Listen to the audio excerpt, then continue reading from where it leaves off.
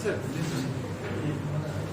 আমরা স্ট্রাকচারাল মেকানিক্সের যে ক্লাসগুলো নিচ্ছিলাম বোর্ড তো আসছে। আমরা স্ট্রাকচারাল মেকানিক্সের যে ক্লাসগুলো নিচ্ছিলাম তার কত ক্লাসে, এই ক্লাসে আট ক্লাসে আমরা পড়ছিলাম হচ্ছে ফ্রিকশনের পরপর দুইটা ক্লাস আমরা নিচ্ছি। তো ওখানে কিছু সমাধান করা হয়েছে, এক্সাম্পল কিছু থিওরি আলোচনা করা হয়েছে। তো আজকে আমরা দুইটা এক্সাম্পল জাস্ট একটু দেখানোর পরে পরবর্তী চ্যাপ্টার আমরা আলোচনা করব, যেটা মোমেন্ট সেন্টার অফ গ্র্যাভিটি বা ভর কেন্দ্র। এখানে যদি এরকম আমরা দুইটা ব্লক যদি এরকম থাকে, এর আগে একটা ব্লক নিয়ে কাজ করছি, এর আগে ব্লক ছিল একটা, আর এখন হচ্ছে দুইটা ব্লক এরকম তার দ্বারা বাঁধা আছে। এই একটা ব্লক এটা বি, দুইটা ব্লক, আর এখানে একটা বলছে যে ফোর্স পি একটা বল তোমার কাজ করছে, যেটা 30 অ্যাঙ্গেলে। এখন বলছে যে পি বলের মান কত হলে এই দুইটা ব্লক তোমার এইদিকে চলা শুরু করবে। ঠিক আছে, যদি দুইটা থাকে, আগে তো আমরা করছি একটা দিক, দুইটার দিকে সলভ আমরা কিভাবে করবো। এটা নিজস্ব জন বললো যে এটা 400 কেজি, এইটা বললো নিজস্ব জন তোমার 500 কেজি, এটা ধরে নিলাম আমরা। তাহলে এই দুইটা ব্লক তো একবারে সমাধান করা যাবে না, আলাদা আলাদা করতে হবে। এইটার তোমার রিয়াকশন প্রতিক্রিয়া বল হবে এটা আর এই, তাই না? আর এটা কি ডাব্লু এ, এটা ডাব্লু বি ব্লকের ওজন, এটা এ ব্লকের ওজন। ব্লক যদি এই দিক গতিশীল হয় তাহলে ফ্রিকশন কোথায় হবে? এফ এ, তাই না? আর এই পাশে ফ্রিকশন কত হবে? F B. তাহলে এটার প্রতিক্রিয়া বল হবে আর বি। তাহলে এখানে পি একটা বল আছে, ডাব্লু আছে। এটা যদি তার হয়, এই তার তো যখন টান দেবে তখন এইদিকে টান করবে এই ব্লকের জন্য, বিষয় হচ্ছে এরকম হবে। তার যদি মাঝখানে কেটে ফেলি, বুঝতে পারছো? তার তো ছেড়ে যাবে, তাই না? চিন্তা করি দুইটা যদি সেপারেট করি, যেখান থেকে ব্লক এ আর এটা ব্লক বি, কিন্তু তার টান তো সেম, টান সেম না? এই টানটা এখানেও যা এখানেও তাই, কি যেটা, কারণ এখানে যদি 100 কেজি টান দেওয়া হয়, এই পাশে তো 100 কেজি হবে, যেহেতু সেম তার। বুঝতে পারছো? তাহলে এখানে আছে, দেখো এই ব্লকের ক্ষেত্রে আসলে তোমার এফ বি, টি, আর বি, এগুলো এপি সব অজানা, তাই না? এর জন্য আমাকে কি করতে হবে? এই ব্লক আগে সলভ করতে হবে, সলভ করে টি এর মান আগে বের করতে হবে। বুঝতে পারছো? তো তাই যদি করি তাহলে ব্লক এ, আমার শুধুমাত্র ফ্রি বডি ডায়াগ্রামটা আমরা করে দিচ্ছি। ব্লক এর ক্ষেত্রে কি করবে? যেটা করবে তোমার আর এ, এটা করবে তোমার এফ এ, আর এটা করবে তোমার 400 কেজি, এটা আছে তোমার টি, তাই তো? তাই যদি হয় তাহলে তোমার আর এর সমান কত হবে? সলিউশন অফ এফ পয়েন্ট নিলে ভার্টিক্যাল ফোর্স, আর এর সমান কত হবে? তোমার 400 কেজি হবে না? আর এই এফ এ টি সমান কত হবে? সলিউশন অফ এফ এক্স সমান 0। এফ এ টি সমান কত হবে? তোমার এফ এ হবে না? তার সাইন কস তো সব হয়ে যাচ্ছে, বুঝতে পারছো? আর এখানে cos 90 ডিগ্রি মান 0 ডিগ্রি মান 1, তাই না? এবার আমরা এখন sin cos বাদ দিলাম। সরাসরি থাকলে তাহলে এটা যা হবে এটাও তাই হবে, বুঝতে পারছো? এটা যা হবে এটাও তাই হবে, কিন্তু একদম পূর্ণ ভার্টিক্যাল আর পূর্ণ হরিজন্টাল। তাহলে এটা f এর সমান কি লাগে? মিউ ইনটু আর এ, তাই তো? তাহলে মিউ এর মান তো আমাকে দেওয়া আছে, মনে করলাম এটা হচ্ছে 0.35, আর আর এর মান তো আমি এখানে জানি, তাহলে এখান থেকে পাওয়া যাবে না টি। টি এখানে পাইলাম, টি যদি পাই তাহলে এখানে আসো, এই ব্লক বিতে যদি সমাধান করো, তাহলে এখান থেকে এই যে বিটা তোমার এরকম বের হয়ে যাবে এদিকে, এটা তো। তাহলে এটা যদি তোমার 30 ডিগ্রি ভূমির সাথে, তাহলে এটাও কেমন 30 ডিগ্রি, তাই তো? তাহলে এটা তো মুছে দিলাম, তখন এটা দরকার নাই। পি বল, এদিকে তোমার আর বি, এদিকে আমার এফ বি, আর এদিকে আমার কত? 500।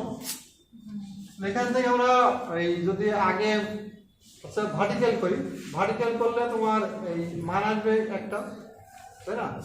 আবার হরিজন্টাল করতে পারি, করে এখান থেকে তোমার এফ বি এর মান, আর টি, এই টি আছে না টি, এবার দুইটা জিনিস আছে, টি আছে না? এখানে টি একটা বল, টি বল আর এখানে এফ বি, দুটো বল আছে না? টি টি এর মান তো আগে আমি জানি, এই পাশ থেকে টি এর মান আমি জানি। তাহলে এখানে টি এই হরিজন্টাল বরাবর দুটো বল কাজ করবে, এটা টি আর একটা এফ বি। আর এখানে এই পাশে পি বল কাজ করবে, এটা আর বি, এটা 500। তো এখান থেকে সামেশন অফ ভার্টিক্যাল আর সামেশন অফ হরিজন্টাল করলে তোমার মানগুলো আসবে, পি এর মান। এটা আমার বইতে করা আছে, এটা দেখে নিব, যেহেতু আমরা এত সময় নেই সলভ করার, আমরা দেখাই দিলাম।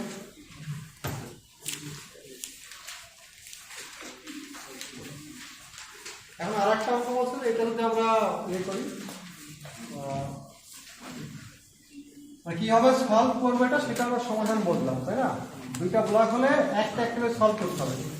কোন দিক থেকে সলভ করবো? যে দিকের মানগুলো বেশি জানা আছে সেই দিক থেকে আগে সমাধান করতে হবে। যেদিকে অজানা মান বেশি সেদিকে আগে ধরলে তো হবে না। এরপর আমি আর একটা ব্লক বলছি এরকম, যদি ব্লকটা এরকম হয় যে এরকম আছে, এখানে একটা ব্লক লেখা আছে যেটা 60 ডিগ্রি অ্যাঙ্গেলে, এখানে তোমার টার্ম দেওয়া আছে, এটা তোমার এরকম টার্ম দেওয়া আছে পি বল দ্বারা, এটা বলছে থিটা, এটা পি। এখানে একটা রশি দ্বারা বাঁধা আছে, এখানে একটা পুলি আছে, পুলির সাথে এখানে একটা রশি দ্বারা বাঁধা আছে পুলি। তো এখন যদি তোমাকে এইটার সলভ করতে হয় যে এই পি বল দ্বারা টান দেবে, টান দিলে কি হবে? এও সামনের দিকে যাবে, এও সামনের দিকে যাবে, তাই না? গেলে পরে তখন তোমার এই পি এর মান কত হলে এই দুইটা ব্লককে সে টেনে নিতে পারবে। এটা হচ্ছে কোশ্চেন, পি এর মান কত লাগবে, কত কেজি ফোর্স দিলে পরে, এই বলের তো নিজস্ব ওজন আমার জানা আছে, তাই না? বইতে আমার দেওয়া আছে এটা, এটা নিজস্ব ওজন কি করবে? এটা তো লব্ধি বল এরকম কাজ করবে না? যদি বলে এটা ব্লক এ, এটা কেন আর এ হবে, তাই তো? উপর দিকে ফ্রিকশন কোথায় হবে? এফ এ। এটা তোমার অ্যাক্সিস এখন, তাই না? এটা ওয়াই অ্যাক্সিস, আর এটা কি হবে তখন? এটা হবে তোমার, এটা টান টি, এটা হবে এক্স অ্যাক্সিস, তাই তো? এটা কি হবে আমার এক্স অ্যাক্সিস। আর এই নিজস্ব ওজন এইভাবে কাজ করবে না? ডাব্লু মনে করলাম 100 কেজি ধরে নিলাম, তাহলে তোমার এখানে 60 ডিগ্রি হলে এটা কত হবে? 60 হবে না? এটা যদি সোজা করে আঁকাও, সোজা করে আঁকালে কালকে আমরা দেখেছিলাম এটা, এটা আর এ, আর এটা তোমার এক্স বরাবর, এটা তোমার টি, আর এটা ওয়াই থেকে কতটুকু আছে? 60 ডিগ্রি অ্যাঙ্গেল আছে এই পাশে তোমার 100 কেজি 60 ডিগ্রি অ্যাঙ্গেল আছে, তাই তো? আর এখানে একটা ফ্রিকশনাল ফোর্স আছে যে এফ, এই যেটা কি তোমার এফ, এফ এখান থেকে তুমি যদি সামেশন অফ ভার্টিক্যাল করো তাহলে আর এর মান পাওয়া যাবে, আর হরিজন্টাল করলে তোমার এই টি এর মান পাওয়া যাবে, বুঝতে পারছো? কারণ এফ এর সমান কি লেখা যাবে তখন? মিউ ওয়ান না, এফ এর সমান কি লেখা যাবে? মিউ ইনটু আর এ, তাই না? আর এর মান তো আমি আগেই জানি, বুঝতে পারছো? জানলে এখন তো কি পাবো? তাহলে এই টিটাই, এই টি না, এই টিটাই কেমন? এই টি, এখানে একই জিনিস, এটা হচ্ছে টি, আর এখানে ফ্রিকশন কত হবে? এটা এফ বি, তাই না? আর এটা লব্ধি বল আর বি, আর এটা নিজস্ব ওজন নিচের দিকে কাজ করে, মনে করো এটা 200 কেজি। তো এখানে বল কত কত পাচ্ছে আমরা তাহলে, যে আমরা এই ফ্রি বডি আঁকাতে বলে তো অঙ্ক শেষ, তাই তো? তাহলে এখানে কাজ করি তোমার এটা পি কাজ করবে তোমার পি, এটা থিটা ডিগ্রি অ্যাঙ্গেলে, এটা তোমার আর বি, আর এটা তোমার 200 কেজি। এখানে দুইটা বল কাজ করবে, এটা টি আর একটা কাজ করবে এফ বি। এফ বি মান সমান কত? মিউ আর বি, তাই না? তাহলে আমি যদি তোমার এখানে summation of horizontal summation of vertical নিলে দুইটা ইকুয়েশন হবে, দুইটা ইকুয়েশনকে 1/2 ভাগ করলে পারে টি এর মান, কারণ এখানে টি আমি আগেই জানি, টি এর মানটা এখান থেকে জানি না, এই টি এর ধরো তোমার জানা না, ওই সময় শুধুমাত্র এখানে থাকছে যে দুইটা জানা, এটা অজানা, এটা আর এটা, আর আরবি মান তো আমি পাবো, বুঝতে পারছো? তাহলে এখান থেকে আমার অঙ্ক বইতে সমাধান করে দেওয়া আছে, এটা আমি জাস্ট প্রসিডিউরটা দেখা দিলাম, বাদ করে তোমাকে করতে হবে। তো লেকচারটা আমরা শেষ করলাম এখন।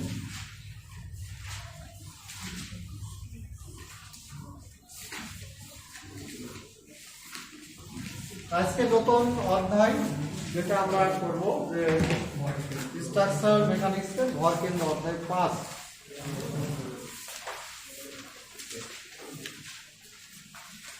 এটা খুব ইম্পর্টেন্ট।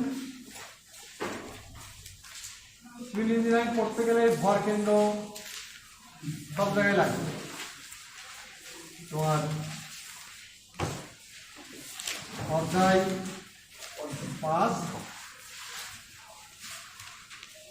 ভর কেন্দ্র। ভর কেন্দ্র তো আমরা আগেও পড়ছি ফিজিক্সে মনে হয়। ভর কেন্দ্র মানে প্রত্যেকটা বস্তু যে ওজন আছে এই ওজনটা একটা নির্দিষ্ট কেন্দ্র দিয়ে কাজ করে, পৃথিবী তার কেন্দ্রের দিকে আকর্ষণ করে, তাই না? এই জন্য কোনো বস্তু যদি উপরেও ছড়িয়ে ফেলি সেটা কি নিচের দিকে আসে না? কারণ পৃথিবী প্রত্যেকটা বস্তুকে তার কেন্দ্রের দিকে আকর্ষণ করে। আর প্রত্যেকটা বস্তুর ওজনটা সেই বস্তুর একটা পয়েন্ট আছে, একটা কেন্দ্র আছে, সেটা দিয়ে কাজ করবে, টোটাল ওয়েটটা। তো টোটাল ওয়েটটা যে পয়েন্ট দিয়ে কাজ করবে এটাকে বলা হচ্ছে ভর কেন্দ্র। তো সেক্ষেত্রে আমরা তোমার বিভিন্ন ধরনের শেপ থাকতে পারে, জ্যামিতিক যে শেপ, তার ভিতরে একটা হতে পারে তোমার বর্গক্ষেত্র। এটা বর্গক্ষেত্র।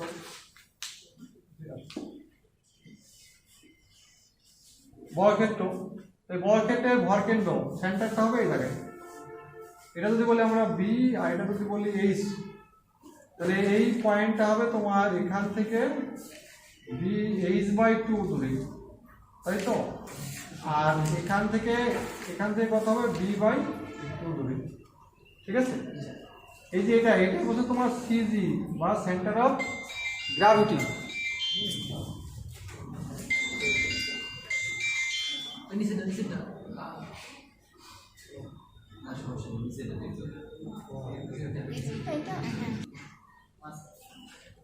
তাহলে আমাদের বলছিলাম এই জ্যামিতিক শেপগুলো বেশ কয়েকটা শেপ আছে, চিত্র, তাই না? তাহলে প্রথমটা হচ্ছে তোমার এটা বললাম যে একটা যদি বর্গক্ষেত্র হয় বা আয়তক্ষেত্র এবং বর্গক্ষেত্র যেটাই হোক, তাহলে এর সেন্টারটা কোথায় হবে? এই সেন্টারটা হবে তোমার এই ভূমির হাফ আর উচ্চতার হাফ। বুঝতে পারছি? উচ্চতা যা হবে ভূমি থেকে তার অর্ধেক উচ্চতাই, আর এখান থেকে তার অর্ধেক দূরত্ব গিয়ে এটা হচ্ছে তোমার সিজি পাওয়া যাবে, সেন্টার অফ গ্র্যাভিটি। তাহলে এই ধরনের বস্তু, একটা বক্স বা একটা যাই হোক, তার ওয়েট যেটাই হোক, সেই ওয়েটটা তোমার এইটা দিয়ে নিচের দিকে কাজ করবে, সেটা হচ্ছে ডাব্লু। বুঝতে পারছো? এই টোটাল বডি 100 কেজি 500 কেজি যাই হোক, এই ওজনটা কাজ করে কোন জায়গায় দিয়ে? সেন্টার দিয়ে। এই সেন্টারটাকে বলা হচ্ছে তোমার ভর কেন্দ্র বা সেন্টার অফ গ্র্যাভিটি। বুঝতে পারছো? যদি এটা তোমার এটা আয়তক্ষেত্র হতে পারে এবং বর্গক্ষেত্র হতে পারে। যদি ত্রিভুজ হয়, যদি হয় তাহলে ত্রিভুজের ক্ষেত্রে আমরা কি করতে পারি? ত্রিভুজ, এটা একটা ত্রিভুজ। ত্রিভুজের ভর কেন্দ্র কোথায় হবে? এরকম এই জায়গাটা, এটা বলা হচ্ছে সিজি, ভর কেন্দ্র।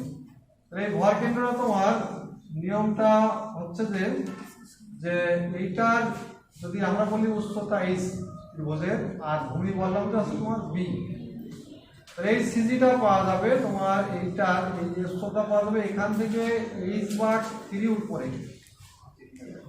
যদি 90 ডিগ্রি থেকে যাও, 90 ডিগ্রি বাহু থেকে গেলে এটা কত হবে? h/3। আর যদি উপর থেকে আসো তাহলে কত হবে? এটা 2/3 অফ h। বুঝতে পারছো? টোটাল 3 ভাগ করবো, এই টোটাল জিনিসটাকে 3 ভাগ করবো, ঠিক আছে? তাহলে নিচের থেকে 1 ভাগ উপরে আর উপর থেকে 2 ভাগ নিচে। বুঝতে পারছি? যেটা 90 ডিগ্রি কর্নার, সেটা যদি যাও সেখান থেকে 1 ভাগ উপরে, আর তার নিচে যেটা 90 এটা 60 ডিগ্রি হতে পারে, তাই না? 5 ডিগ্রি হতে পারে। এখান থেকে গেলে 2 ভাগ নিচে হাইটের। যদি এটা তুমি ভুঁই বরাবর, এটা তো গেলাম ভার্টিক্যাল, যদি হরিজন্টাল চিন্তা করি তাহলে এটা হরিজন্টালি এটা হবে তোমার কত? b/3। আর এই দিক থেকে আসলে কত হবে? 2/3 অফ b। বোঝা গেছে? ত্রিভুজের এই 90 ডিগ্রির কর্নার থেকে যদি আমি চিন্তা করি এই সেন্টারটা কোথায় আছে, সেটা ভূমি বরাবর 1/3 অফ b ভূমি, আর উচ্চতা 1/3 অফ হাইট, আর এদিকে আসলে 2/3 অফ ভূমি আর 2/3 অফ উচ্চতা। বোঝা পারছি কিনা? এবার ত্রিভুজ যদি এরকম না হয় তোমার এরকম হয়, হতে পারে এরকম হয়, এটা সেন্টার এটা সিজি, ঠিক আছে। এই সিজিটাও তোমার কি হবে, এখান থেকে টোটাল উচ্চতা আছে না, তো এখানে হবে কি h/3, আর এখানে কত হবে তোমার টোটাল অফ h, আর এদিকে তো তোমার অর্ধেক জানছি, তাই না। এটা তো টোটালটা হবে, তার অর্ধেক মাস বরাবর চলে যাবে, এটা তার 1/3 2/3 নাই। যদি ডাবল ত্রিভুজ হয় দুই পাশে থাকে, যদি সিঙ্গেল হয় তখন আছে এখান থেকে 1/3 এখান থেকেও 1/3, বুঝেছে। যদি এটা গেল ত্রিভুজ গেল, এখন যদি আমরা বৃত্ত দেখি, বৃত্ত এই বৃত্ত যদি সেন্টার এরকম মাঝখানে, মিডিলটা কত হবে, মিডিলটা টোটাল বলি যে ব্যাসটা আছে তোমার ডি, টোটাল ব্যাসটা আছে ডি, এটা আছে তার সিজি, তোমার এখান থেকে এইটা কত হবে, তোমার ডি অর্ধেক হবে না, d/2, এখান থেকে কত হবে d/2, আবার এখান থেকে আমার d/2, এখান থেকে কত হবে d/2, সব দিক থেকে হবে d/2 দূরে, বুঝাচ্ছে কিনা। যদি ফুল বৃত্ত হয় তাহলে তার সেন্টার হবে ব্যাসার্ধের অর্ধেক। এরপর যদি আমরা হাফ সার্কেল হয় বা কোয়ার্টার সার্কেল হয় তাহলে সেটা কি করতে পারি, যদি আমরা বলি এরকম হাফ সার্কেল, এবার বললো এটা যদি হাফ সার্কেল এরকম অর্ধেক নাই, নিচেরটা নাই, তো এখন কেন্দ্র তো এই জায়গায়, তাই না। যদি এই জায়গায় কেন্দ্র হয় তাহলে সিজি, আমি তো বললাম যে এখান থেকে এইটুক তো d/2, এটা ঠিক আছে, কিন্তু এইটুক কতটুকু হবে, এইটুক কি d/2 হবে না, এটা বলছে তোমার 4r/3 পাই, বা আছে তোমার 0.424r, 0.424r, বুঝতে পারছো। তাহলে তোমার এই মাঝখান থেকে এইটা সেন্টার হবে 4r/3 পাই, আরটা কি হবে, আরটা হচ্ছে রেডিয়াস, এই আরটা এর ব্যাসার্ধ, আর ডিটা কি ব্যাস, বুঝতে পারছো। যদি এখানে ডি পরিবর্তে এখানে আর লেখা যায় না, আর হয়তো 2 হবে, বুঝতে পারছো। তো এটার এই ভর কেন্দ্রটা পাওয়া যাবে, এই পয়েন্টটা পাওয়া যাবে এই দিক থেকে আর দূরে, আর এখান থেকে 4r/3 পাই দূরে, বুঝেছে কিনা। আর উপর থেকে আসলে তো 0.576, এই শীর্ষবিন্দু থেকে 0.576 আর, তুমি শীর্ষ থেকে আসো, আর এদিকে তো কম, এদিকে কম না, এর ক্ষেত্র তো নিচে বেশি আর উপরে কম, কারণ আস্তে আস্তে এটা কি কমে যাচ্ছে না। তাহলে উপর থেকে আসলে 0.576 আর নিচে, আর নিচের থেকে গেলে 0.424 আর উপরে, এগুলো অঙ্ক ক্ষেত্রে সব মুখস্থ করা লাগবে, অঙ্ক করার ক্ষেত্রে সব লাগবে। যদি তোমার এটা এরকম হয় যে কোয়ার্টার মিত্র হয়, এটা কোয়ার্টার, এইটা তখন এটা কি হবে, তখন এটা তোমার কোথায় হবে, আর এটা তোমার কোথায় হবে, এটা কোথায় হবে, ঠিক আছে। যদি এরকম হয় সিজিটা কোয়ার্টার মিত্রের ক্ষেত্রে, তাহলে এটা বলছে যে তোমার এই যে এটা আগের মতোই, এটা হবে তোমার 4r/3 পাই বা 0.424 আর, আর এটা 0.576 আর, এদিকেও তাই 0.424 আর, ঠিক আছে। আর এদিকে কত হবে তোমার 0.576 আর। বৃত্ত 3 প্রকার হতে পারে, একটা ফুল বৃত্ত, একটা হাফ বৃত্ত, একটা কোয়ার্টার। আর ত্রিভুজ তোমার 2 প্রকার হতে পারে, একটা হাফ ত্রিভুজ, একটা ফুল ত্রিভুজ। আর এটা তোমার আয়তক্ষেত্র এবং বর্গক্ষেত্র, দুটা ক্ষেত্রে একই জিনিস। এরপরে তোমার আর যা আছে তোমার ওইগুলো আমার প্রয়োজন লাগবে না, মোটামুটি যদি আমরা এইগুলো জানি এই ফিগার দিয়ে আমার অঙ্ক করা যাবে। এরপরে আমরা আরো কিছু থিওরি পড়ি, যেটা এতক্ষণ দেখলাম যে কেন্দ্রটা কোথায়, ঘর কেন্দ্র বের করার সূত্র আমরা কিভাবে তোমার বের করবো, সূত্রটা দেখি যে সূত্রটা কি ঘর কেন্দ্র বের করার।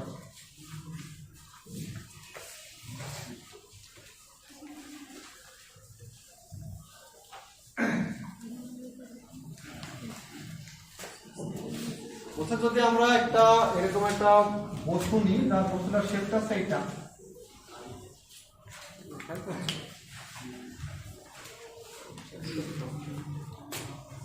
এটা তোমার এটা, তাই না?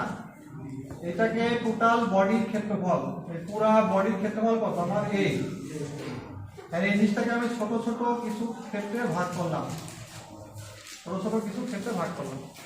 যেটা তোমার এটা a1, এটা a2, এটা a3, a4, এটা a5। তাহলে এখন আমরা যদি একটা অক্ষ চিন্তা করি, এই অক্ষ, কারণ এই কেন্দ্রটা, এই যে সেন্টার, মূল সেন্টার যদি এটা ধরি, টোটাল বডির সেন্টার বললাম যে তোমার এইটা, এই পয়েন্টটা টোটাল বডি, সেটা হবে তোমার এই ভরকেন্দ্র দূরত্ব হবে এই যে এটা হচ্ছে y অ্যাক্সিস, এটা হলো x অ্যাক্সিস। তাহলে এই দণ্ডটিটার টোটাল ভরকেন্দ্র হবে তোমার এখান থেকে হবে তোমার x, এই দূরত্বটাকে বলা আছে তোমার x বার, এই যে এখান থেকে বলা আছে তোমার এটার দূরত্ব x বার। বুঝতে পারছি? টোটাল বডি যখন চিন্তা করো তখন এই পয়েন্টটা হচ্ছে তোমার এখান থেকে x বার, y অ্যাক্সিস থেকে তোমার x বার দূরে, আর এই x অ্যাক্সিস থেকে তোমার এটা y বার দূরে। বুঝতে পারছি?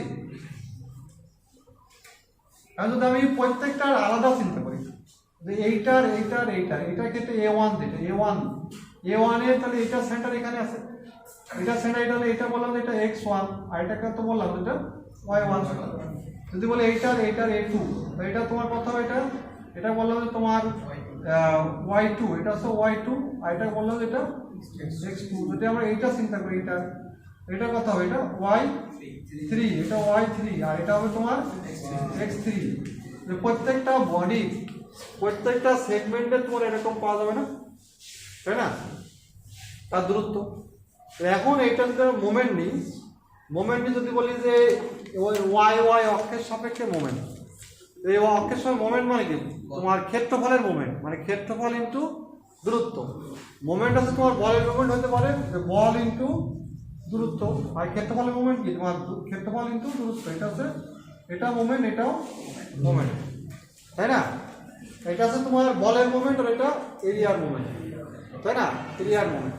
তাহলে এই total area into total distance, এই মোমেন্ট সমান ইন্ডিভিজুয়াল এরিয়ার ক্ষেত্রফল ইনটু ইন্ডিভিজুয়াল মোমেন্টের সমান হবে না? বোঝা যাচ্ছে কিনা? এই ক্ষুদ্র ক্ষুদ্র প্রত্যেকটার মোমেন্ট যা হবে, এই টোটাল বডিটার মোমেন্ট তাই হবে না? এটা তো নিয়ম, তাই না? তো যদি আমরা মনে করো y অক্ষের সাপেক্ষে মোমেন্ট নিই, যে y অক্ষের সাপেক্ষে, যে আমরা বললাম যে y অক্ষের সাপেক্ষে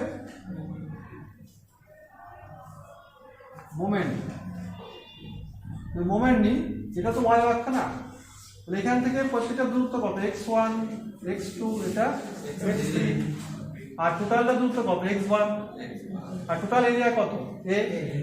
টোটাল এরিয়ার মোমেন্ট দিলাম x বার সমান কি লেখা যায়, a1 x1 plus a2 x2 plus a3 x3 plus a4 x4, এরকম চলতে থাকবে না?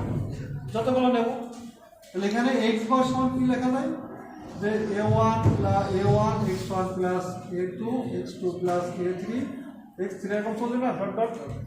আর নিচে কি টোটাল এরিয়া না, মোট টোটাল এরিয়া না, তো টোটাল এরিয়াকে আমরা এইভাবে লিখতে পারি, a1 x1 plus a2 x2 plus a3 x3 সমান আছে তোমার a1 plus a2 plus a3 plus এরকম ডট ডট, তাই কি না?